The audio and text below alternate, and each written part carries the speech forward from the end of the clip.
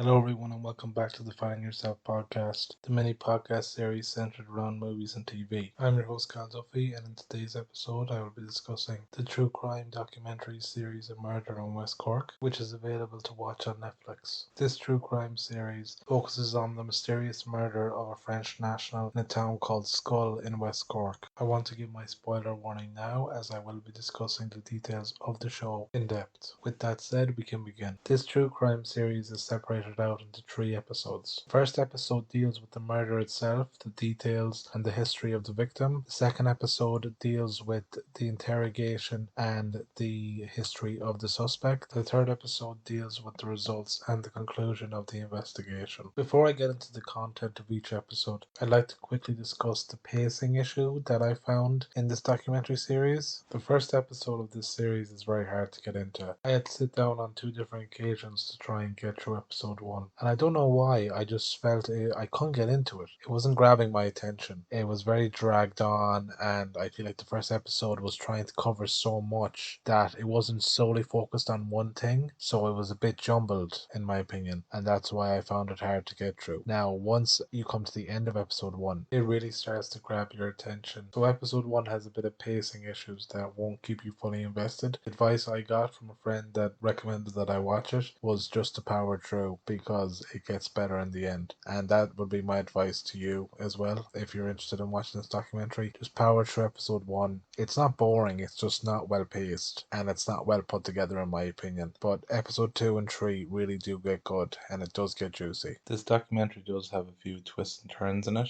and there's a lot of information thrown at you from all different angles. With that said, there are a few main talking points I want to stick to when talking about this documentary. The murder victim in this case was Sophie Tuscan du Plantier. The documentary portrays Sophie as a kind, gentle woman who enjoyed her peace and quiet, and maybe that's why she gravitated toward the town of Skull. She had a vacation home in Skull, which she used to use for getaways and holidays. Many residents interviewed in this documentary, when describing Skull, described it as a very welcoming town to non-locals, or blow-ins as they were seen as back then. A kind of safe haven for people considered outsiders by the rest of society. They found a sense of community in Skull. Sophie's murder took place in 1996 and quickly became international news, after which her family were informed by a Skull resident who knew Sophie that the news reports were unfortunately true. The Gardaí began investigating her murder as the whole town of Skull tried to comprehend the reality of what had happened. Investigators quickly turned their attention to now prime suspect Ian Bailey. Bailey was a former British journalist who was also residing in Skull and was now the main suspect of this murder, after a witness claiming that she spotted him acting hysterical the night of Sophie's murder on Kilfeather Bridge, which was near Sophie's house. Bailey protested his innocence to Gardaí under investigation. However, following the months of Sophie's murder, there would be more substantial evidence to come forward that only further indicated Ian Bailey's guiltiness. Fellow residents claimed this evidence came in the form of strange, erratic behavior, along with extreme emotional distress when discussing Sophie and her murder, as well as 2 occasions in which Bailey gave 2 unprovoked, emotionally charged confessions to other residents. This would all become pivotal evidence to investigators, as all physical evidence was unusable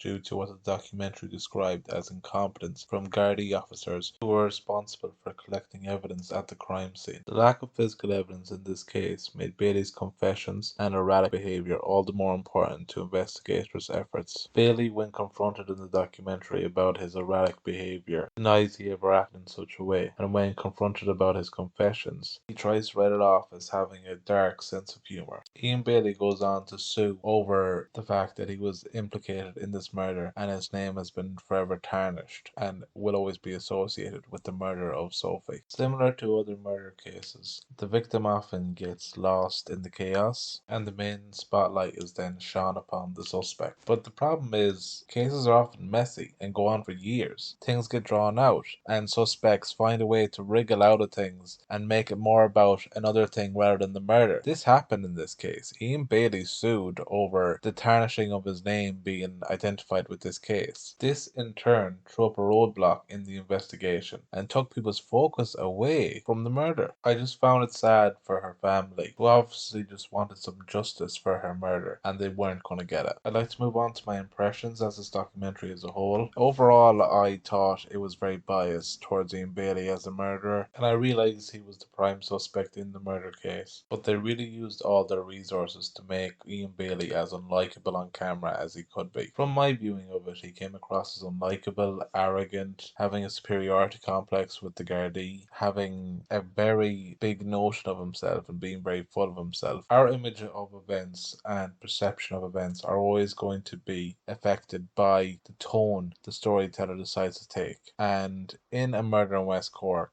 there was an element of bias. It was very obvious in the way they shot Ian Bailey and what they decided to use and not use. There's parts where he came across as intelligent and passionate about poetry, and other parts where he came across as arrogant and full of himself. A Murder in West Cork shines a light on many things. It shines a light on the justice Sophie's family are still seeking, as well as the effect her murder had on the town of Skull. It also shines a light on the incompetence of the Gardaí investigating the murder at that time. But more than anything else, it highlights and shines a light on the character of Ian Bailey. Whether or not the persona he portrays in this documentary is his true persona or not, this is the character that viewers will see in the documentary and have to judge him on. Overall, I enjoyed watching A Murder in West Cork. It was an interesting watch. If you have an interest in true crime documentaries, I would recommend giving A Murder in West Cork a watch. The investigation process around the murder was very interesting to watch. The documentary also includes the fallout of the investigation, what happens after Ian Bailey is investigated as a suspect. This has been my review of Sophie, A Murder in West Cork. I really enjoy covering these types of documentaries, so I might cover a few more of these types of documentaries in the future. If there's anything anyone wants to hear me talk about in particular, you can always leave me a comment with a suggestion. Hope you guys enjoyed this, and thanks for listening.